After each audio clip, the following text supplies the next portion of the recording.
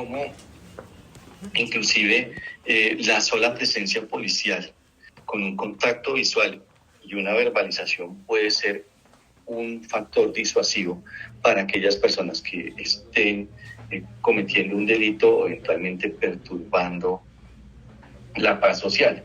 Y ya el tema de la fuerza reactiva, que implica un control físico y el empleo de armas, incluyendo las menos letales, las armas de fuego, que deben ser empleadas de manera proporcional o mejor, esa fuerza debe ser empleada de manera proporcional a la situación que se pretende conjurar. Por ejemplo, si una persona está amenazando con un madero a los transeúntes, pues no puede el policía llegar y dispararle inmisericordiamente porque está salvando la vida de otros. Creo que es abiertamente claro que es desproporcional.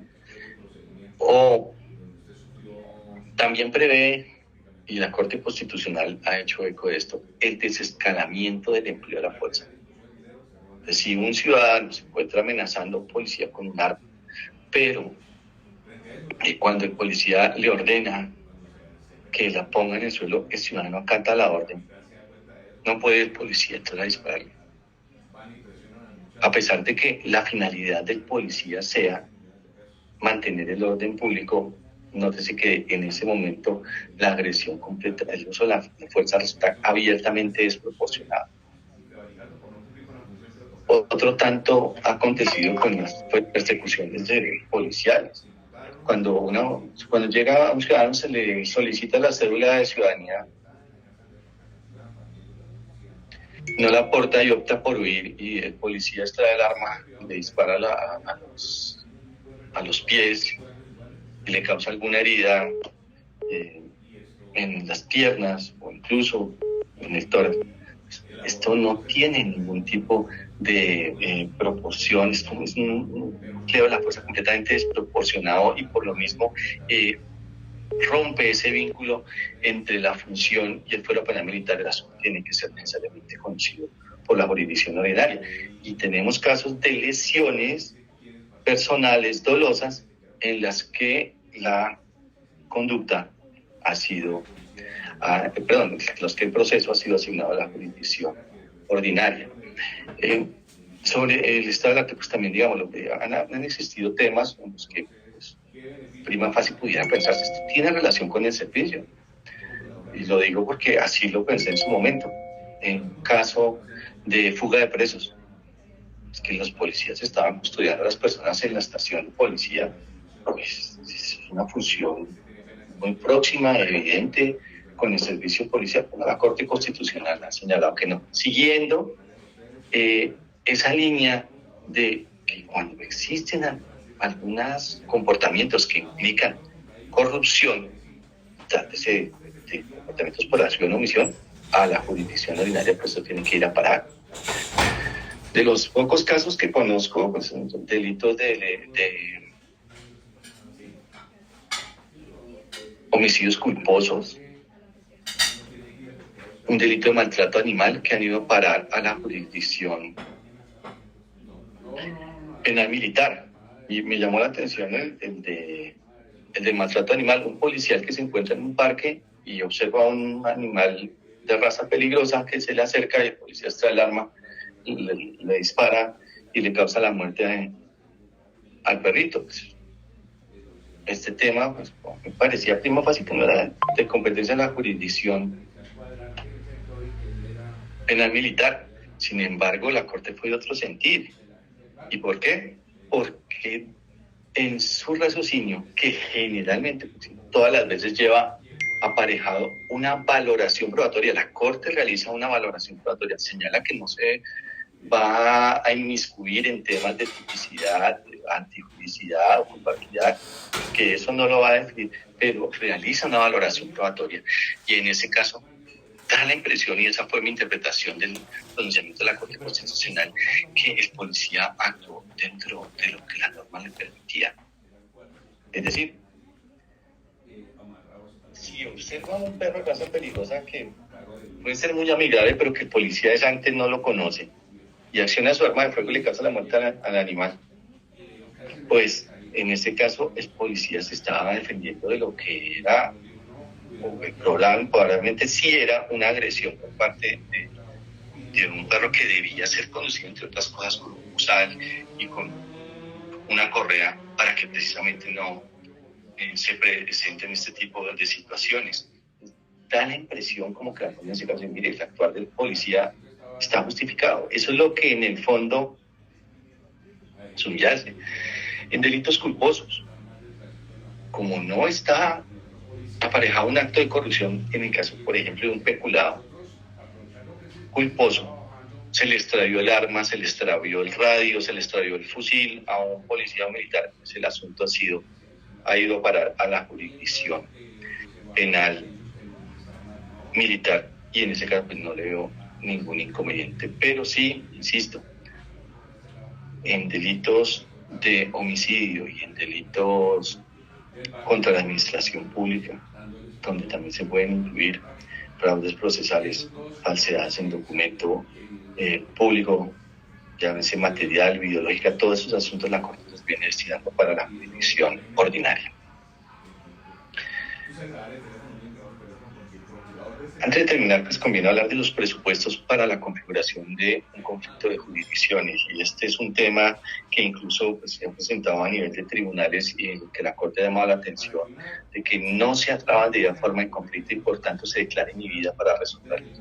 Para que se pueda tratar un conflicto de jurisdicciones debemos atender en varios presupuestos. Primero es una índole objetivo, y es que exista un proceso o unos procesos que se estén tramitando por unos hechos sobre los que hay una disputa respecto de la competencia para conocerlos entre la jurisdicción penal ordinaria y la jurisdicción penal militar. ¿Y qué se entiende porque exista un proceso o una actuación? Que exista un incidente o un trámite de carácter judicial. Entonces, si existe una indagación de parte de la Fiscalía General de la Nación y paralelamente por los mismos hechos otra indagación por parte de la jurisdicción penal militar, pues ahí ya tenemos la asistencia de dos actuaciones. Puede ser una indagación, una investigación o estar incluso en proceso en juicio. Es de que debe existir una actuación, porque por lo contrario, conflicto no habría. De manera lógica podemos llegar a esa conclusión. Sobre este aspecto objetivo es importante señalar que en sede incluso de control de garantías, cuando se está en indagación, es posible que se promueva un conflicto de jurisdicciones, aclarando que los sujetos procesales no los pueden promover, pero sí los pueden sugerir. Y de hecho, en la etapa de saneamiento que se da cuando por primera vez el funcionario judicial conoce algún asunto, se invita a los sujetos procesales a que expresen las causales de incompetencia, de nulidad, de recusación, y en ese momento es el oportuno para que esto se dé. Miren cómo podemos incluso estar definiendo el tema de la jurisdicción desde los albores de la actuación cuando estamos en una audiencia preliminar en etapa de indagación. Y es importante hacer hincapié sobre ese particular para que no se presenten inconvenientes como los que se han venido suscitando. Y es que, por ejemplo, estando en un proceso para sentencia con persona privada de la libertad, esa sentencia producto de un preacuerdo, el caso sube al tribunal militar y policial y resulta que señalan los términos de competencia de nosotros, remítase para la ordinaria. Entonces vienen a suscitarse problemas como qué hacemos con las actuaciones entonces, porque es que hasta ese momento existe o está una persona privada de la libertad afectada con una medida de aseguramiento que debe ocurrir. Lo que ha venido sucediendo es que se decreta la nulidad de la actuación por parte del funcionario de la jurisdicción a la que le corresponda el caso. Y esa declaratoria de nulidad se viene decretando respecto de las decisiones de carácter jurisdiccional. Es decir, los autos que haya proferido el juez de control de garantías o el juez de conocimiento, trátese de la jurisdicción ordinaria o de la jurisdicción penal militar. Y aquí viene un tema que resulta interesante y es, ¿y qué ocurre cuando esas decisiones adoptadas por el juez de control de garantías han comportado el recaudo de elementos materiales de prueba en virtud de actos investigativos que fueron decretados, ordenados por la Fiscalía, pero sometidos a la base del juez de control de garantías? Si se decreta la nulidad, mire que tenemos serios aprietos respecto de la validez que puedan tener esos elementos materiales de prueba y evidencia física, al punto que si no se puede repetir el acto después de que se declarara nula la actuación, pues vamos a estar en una cultura bien complicada de cara a acreditar, por ejemplo, la materialidad de una conducta, perdóname la redundancia, con el objeto material que se recaudó de manera indebida y que lo ubica en una posición de exclusión probatoria. También que la problemática es bien interesante y por eso la insistencia en que el asunto debe ser clarificado desde los albores de la indagación. El aspecto subjetivo es el que quizá, ustedes lo verán en el cuadro que se les ha remitido, genera la mayor cantidad de pronunciamientos inhibitorios por parte de la Corte Constitucional en los que se abstiene de decidir un conflicto porque simplemente el conflicto de jurisdicciones no fue trabajado adecuadamente. El aspecto subjetivo implica que el conflicto de jurisdicciones se debe suscitar entre funcionarios judiciales. No, los sujetos procesales no pueden trabar un conflicto de jurisdicciones. Pueden sugerir la remisión por competencia o afirmar que la competencia realmente radica en determinada jurisdicción, pero no por la solicitud de un sujeto procesal. Entonces inmediatamente procede a remitir a la Corte para que se pronuncie sobre el tema de conflicto de jurisdicción. No, el conflicto de jurisdicción se traba entre funcionarios judiciales, entre un juez de control de garantías de la ordinaria o su homólogo de la jurisdicción penal militar, o entre un juez de la jurisdicción ordinaria, entre un juez de conocimiento de la jurisdicción ordinaria, un juez de conocimiento de la jurisdicción penal militar, o entre jueces de garantías y jueces de conocimiento. No entre fiscalías. O sea, una fiscalía de la ordinaria no puede traer conflicto con la fiscalía de la jurisdicción penal militar. Esa es la regla. Pero la Corte Constitucional, y es importante lo que les voy a señalar, ha establecido una excepción. Cuando se trata de graves violaciones a derechos humanos, el conflicto lo puede suscitar directamente el funcionario de la Fiscalía General de la Nación. El fiscal delegado puede, en esos casos, de manera, insisto, excepcional, trabar un conflicto de jurisdicciones. En lo demás, el conflicto de jurisdicciones tiene que ser suscitado entre jueces de la República o magistrados, para decirlo en términos más genéricos, pero no entre fiscalías, e insisto, no pueden ser suscitados tampoco por los sujetos procesales. Directamente no se podría hablar de que se va a tratar un conflicto de jurisdicción. Y finalmente, el factor normativo, que implica que los funcionarios que están afirmando o rehusando su competencia para conocer el asunto deben expresar las razones por las cuales se consideran o no competentes para tramitar el proceso o la actuación. Esto para significar, por ejemplo, que si un proceso, la Oficina de Asignaciones lo reparte a una fiscalía delegada aquí en Bogotá, de la Oficina de Asignaciones consideran que el proceso de competencia de la jurisdicción penal militar y lo remite a la jurisdicción penal militar, pero como un acto administrativo de un funcionario sin competencia para decir sobre el asunto, pues esto no se considera como una expresión válida de unas razones para señalar que porque el funcionario judicial es o no competente para conocer el asunto. Debe entonces el funcionario de una jurisdicción expresar por qué es competente o no, y correlativamente el funcionario de la jurisdicción apuesta explicar o dar sus razones por las cuales acepta o rehúsa la competencia para que se trabe el conflicto. Pero pues, se han dado casos en los que, como en el evento de Dylan Cruz, pues, inclusive el funcionario competente ha resuelto el conflicto de jurisdicciones, y miren que por vía de tutela llegamos a que estaba equivocada, en este caso el Consejo Superior de la Judicatura, en sus apreciaciones. Y esto para significar que muchas veces no se traban conflictos porque el funcionario judicial de la ordinaria, sin mayores consideraciones, remite el asunto a la jurisdicción penal militar, y la jurisdicción penal militar acepta la competencia y llevan a feliz término el proceso.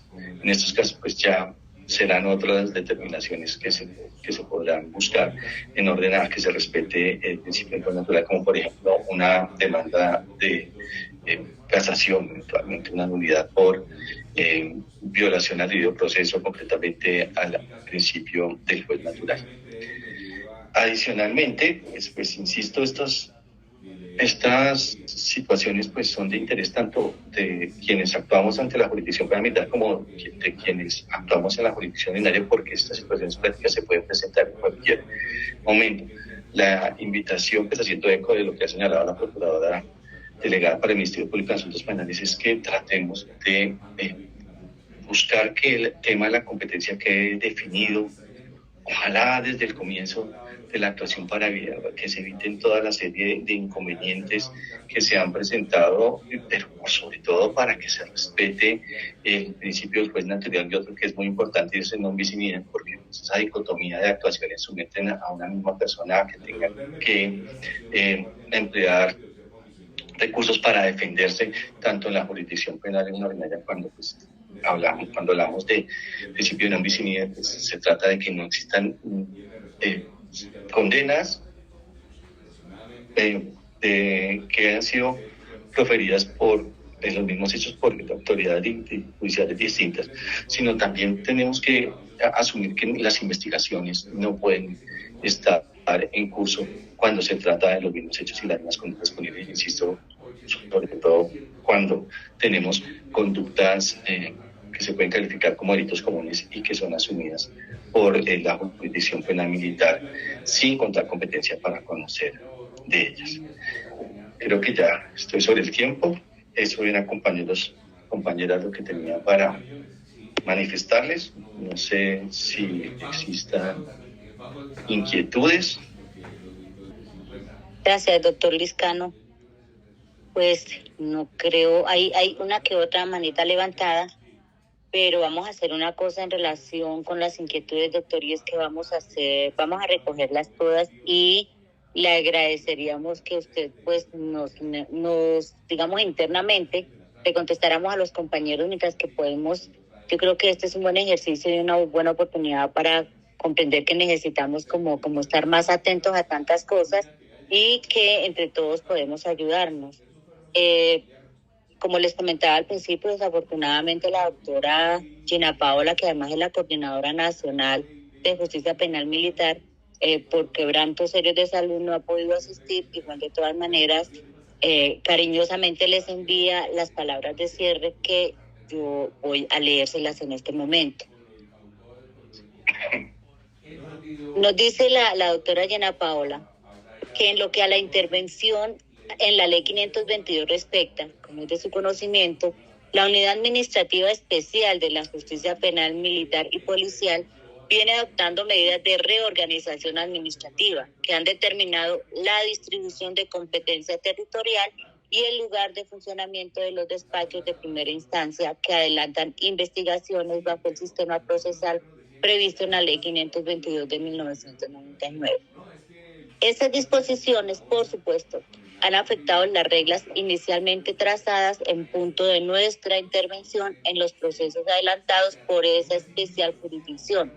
Esto es, que los procuradores judiciales que actúen ante los jueces de instrucción penal militar continuarán haciéndolo ante las fiscalías y los juzgados de instancia. Sin embargo, tanto la delegada como los procuradores judiciales, debemos garantizar la activa intervención del Ministerio Público, no solo en todo el trámite procesal, sino en las cortes marciales, cuya intervención es obligatoria. Por esa razón, les solicitamos, de un lado, que una vez tengan conocimiento de esas decisiones que en ocasiones no nos son remitidas por la Unidad Administrativa Especial, inmediatamente lo hagan saber a la delegada para la reasignación de la carga laboral a que haya lugar. Y por otro lado, que garanticemos que el Ministerio Público va a seguir interviniendo en esas actuaciones. Aunque nuestra intervención ante la justicia penal militar en ciudades distintas a Bogotá, donde intervenimos ante el Tribunal Militar, las fiscalías delegadas ante el mismo y las fiscalías y juzgados de dirección o inspección de antaño, venía siendo ejercida por los procuradores judiciales penales 1. Ustedes han venido advirtiendo que cada vez se han involucrado a más a los procuradores judiciales penales 2, no solo porque la intervención ante el Tribunal Militar y Policial reclama que quien participe en las audiencias de argumentación y debate oral sea un procurador 2, sino porque la señora Procuradora General de la Nación y la señora delegada han mostrado especial interés que nuestra actuación, han mostrado especial interés en nuestra intervención ante la jurisdicción castrense. Justamente en lo que atañe a las disposiciones administrativas adoptadas tanto por la Unidad Administrativa Especial de la Justicia Penal Militar como por la Fiscalía General Penal Militar y Policial, se han venido designando funcionarios, fiscales, jueces de control de garantías y conocimiento en diferentes lugares del país, cuya competencia se extiende a departamentos diferentes a los de su sede, porque en principio va a ser poco el trabajo que tendrán, que también impactará nuestra intervención. Aunque debemos garantizar el cumplimiento de nuestro rol constitucional y legal, y por eso se han expedido varias resoluciones al interior de la Procuraduría General de la Nación, esas designaciones, a medida que avanza el tiempo, podrán ser revisadas, aclaradas y modificadas por necesidades del servicio y, por supuesto, atendiendo sus sugerencias. El interés de la delegada es que los procuradores judiciales intervengan en las diligencias convocadas por los funcionarios de la penal militar, contrario a lo que muchas veces sucede en la jurisdicción ordinaria. Aquí reclaman nuestra intervención. Incluso en las audiencias de argumentación oral, el Tribunal Superior Militar y Policial, cuando no logró ubicar al procurador judicial que intervino o no en la primera instancia, acude a la coordinación nacional para que se disponga que quién lo hará en su reemplazo. No desaprovechemos ese cambio que se ha venido abriendo, donde se valora nuestra intervención. Doctor Hernando Remolina, está levantando la mano. Cuando yo hice la especialización, la maestría ahí en el externado, un profesor de delito contra el patrimonio, nos puso una evaluación, una pregunta, citáramos un ejemplo, un delito de hurto simple, y nadie pudo encontrar un ejemplo de un delito de hurto simple. Le preguntamos al profesor cuál era y él tampoco sabía. Así pasa con la justicia penal militar, un ejemplo de un delito que no es militar, que conozca la justicia militar, difícil encontrarlo, todo para la ordinaria. Aquí en este cuadro constitucional, en el cuadro que se relaciona la Corte, en algunos se inhibe y en el resto a la ordinaria, solamente un solo caso a la militar. Y si se tiene esos conceptos de que en caso de duda la justicia ordinaria, antes del servicio concedido a la justicia ordinaria, general a la justicia ordinaria, cuando se aparta de los fines como la soberanía, orden constitucional, independencia, integridad del territorio, servicios de conductas de gravedad, servicios con un pretexto, se rompe ese vínculo, servicio de delito contra la administración. Entonces, ¿quién conoce la justicia? Como decía alguien, entonces acabemos la justicia penal, porque si todo es de la justicia ordinaria, entonces, ¿para qué la justicia? Simplemente conocer delitos militares. sería, porque sí, o sea, el fuero, eso nació de la época de los reyes que tenían ese fuero, y después con la Revolución Francesa se dijo que solamente respondían por derecho propio, por asuntos propios. Pero el fuero ha dicho la Corte que no es un privilegio. Yo creo que sí es un privilegio y se debe respetar y garantizar y no limitar, como ha dicho la Corte Constitucional, que es una restricción, es una excepción, son asuntos que limitan ese fuero y realmente entonces no. Entonces, ¿para qué la justicia penal militar? Insisto, este tema no ha sido pacífico, hace unos años no lo era. He encontrado casos de confusión que se tramitaron íntegramente ante la jurisdicción penal militar y otros que se tramitaron ante la jurisdicción ordinaria, y resulta que cuando llegaron a casación la Corte Suprema de Justicia no dijo nada sobre el tema del fuero. Incluso me indicó que en un caso o en otro, pues el funcionario, el juez natural era el funcionario que llevó a cabo el juzgamiento, pero es a partir de que la Corte Constitucional asume las funciones que tenía el Consejo Superior de la Judicatura para dirimir conflictos de jurisdicción, donde se ha presentado un cambio. Y el cambio que está respaldado por esos pronunciamientos es que la jurisdicción penal militar, por excepción, conoce delitos comunes. Las reglas que dan a la jurisdicción ordinaria. Y es que, en el fondo, observando los argumentos de la Corte, pues tienen razón. ¿Qué tiene que ver, por ejemplo, un funcionario pagador de una unidad militar que se apropia de los recursos? ¿Qué tiene que ver con el servicio militar?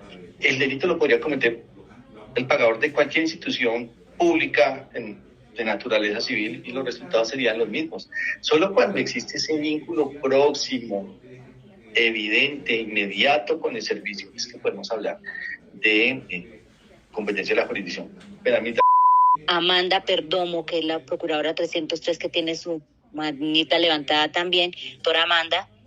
Doctor, para el caso concreto de esta procuraduría, en proceso del 522 del 99, presunto homicidio en desarrollo de una posible confrontación armada, ya hace alrededor de un año.